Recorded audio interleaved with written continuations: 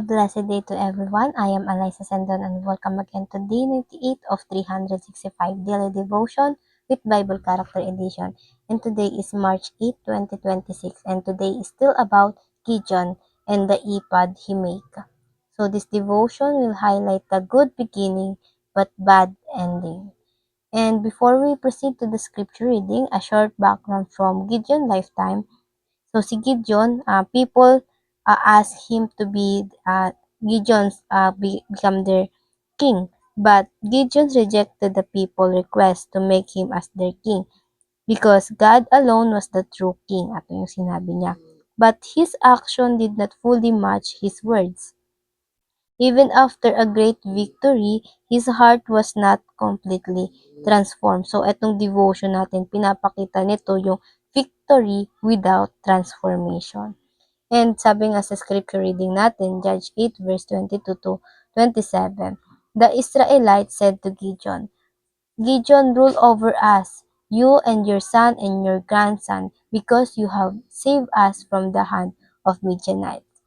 But Gideon told them, I will not rule over you, nor will my son rule over you.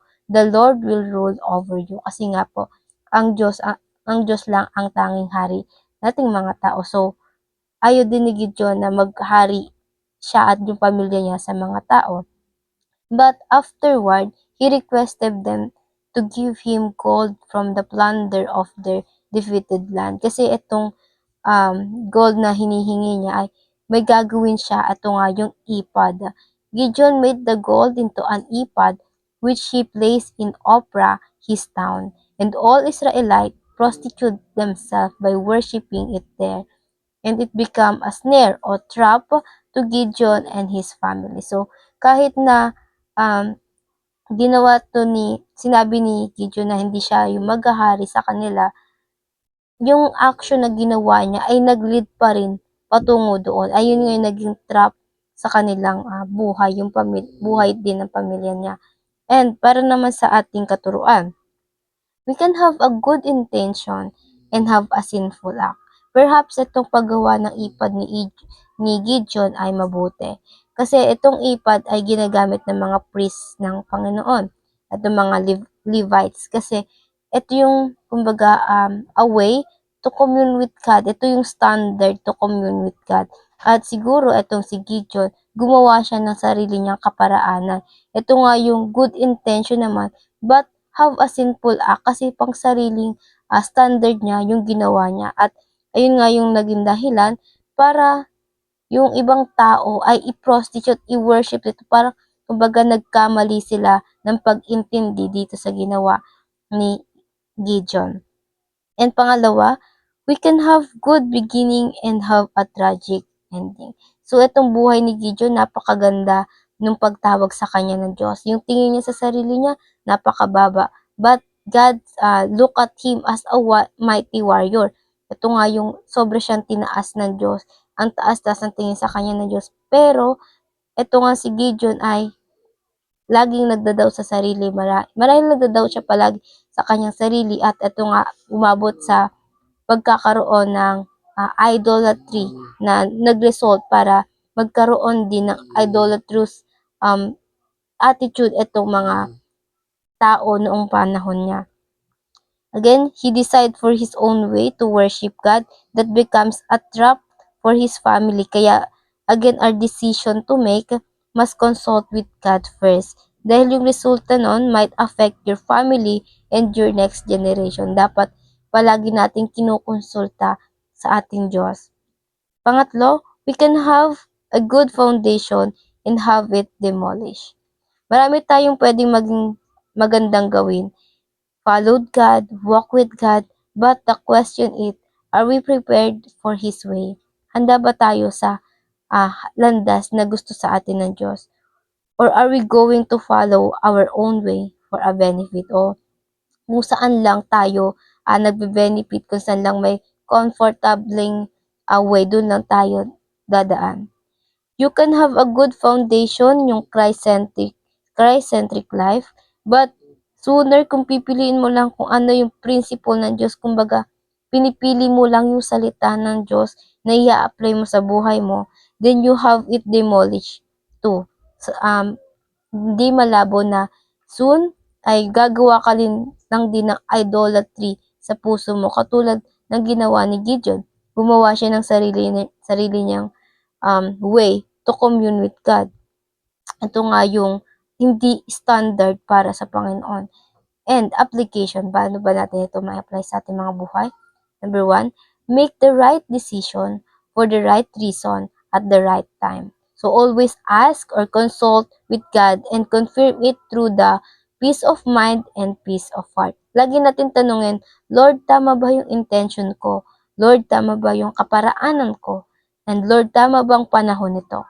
And again, yung sagot nito, yung confirmation nito ay mararanasan natin through the peace of mind kung bibigyan tayo ng kapayapaan ng Diyos sa ating mga isipan and as well sa ating mga puso. And pangalawa, pray earnestly that God's grace will carry us to the end. Always pray yung misyong pinaumpisahan sa atin ng Diyos. Magawa natin to good beginning until to its good ending through His grace. Hindi naman natin ito magagawa ng pansarili lang natin, kundi sa Kanyang biyaya, sa Kanyang grace.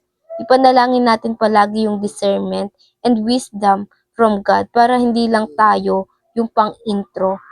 Sa umpisa lang maganda, sa umpisa lang nagiging mabuti. And pangatlo, build godly foundation and prepare those who will stand on them. So si Gideon, sabi niya,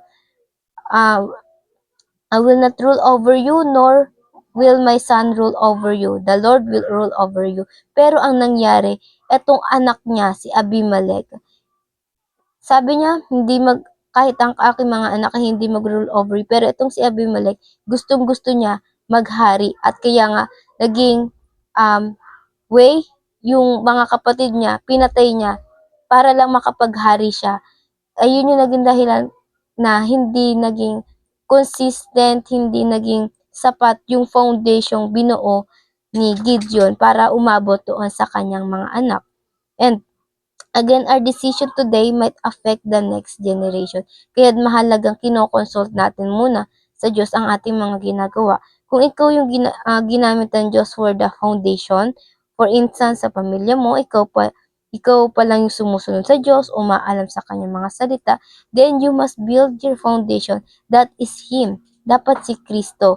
Kung linggo-linggo nagsisimba kayo, may Bible study o may devotion, meron din kayong open kayo about life with Christ, and yung bonding yun, then dapat up until to your next generation, ayun pa rin yung ginagawa nyo.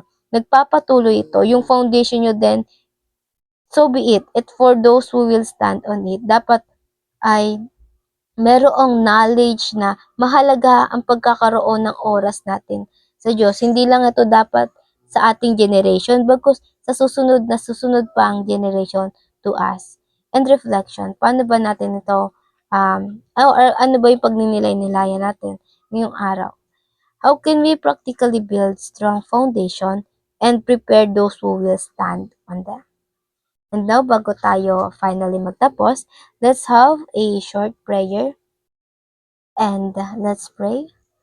Our Father in heaven, we thank you and we glorify you for today's devotion, Panginoon, na muli ay pinarinig niyo sa amin ang inyong mga aral, Panginoon, ang inyong mga salita. Lord God, thank you for the life of Gideon, Lord God, na tinuro niyo sa amin, Panginoon, na kami ay marahil nagsasalita, Panginoon, na madalas ay hindi umaayon sa inyong kalooban, Panginoon. Our words are not aligned with our action, Lord God, is not aligned with what word yung binibitawan namin, Panginoon. But, Panginoon, thank you, God, for reminding us, Lord God, na dapat ay hindi ito basta salita lang, Panginoon, kundi na isa pa pamuhay namin, Panginoon. Panginoon, help us seek our heart, Lord God, kung meron mang idolatry, hidden idols in our heart, Lord God, please remove them. Remove those, Lord God, kung ano man po ang humahad lang sa inyong trono sa aming mga buhay, Panginoon. And Panginoon, search our heart, help us to guard it, Lord God, bagamat hindi namin ito magagawa ng sariling kakayahan namin, Panginoon.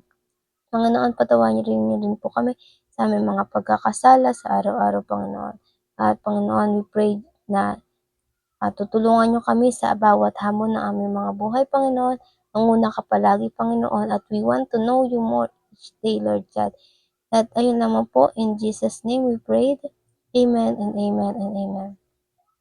At ayun lang po, I hope marami tayong natutunan at matututunan pa. And I pray na sama-sama sana tayong lumago para sa Panginoon. And see you again tomorrow for our devotion. Have a nice day ahead and God bless.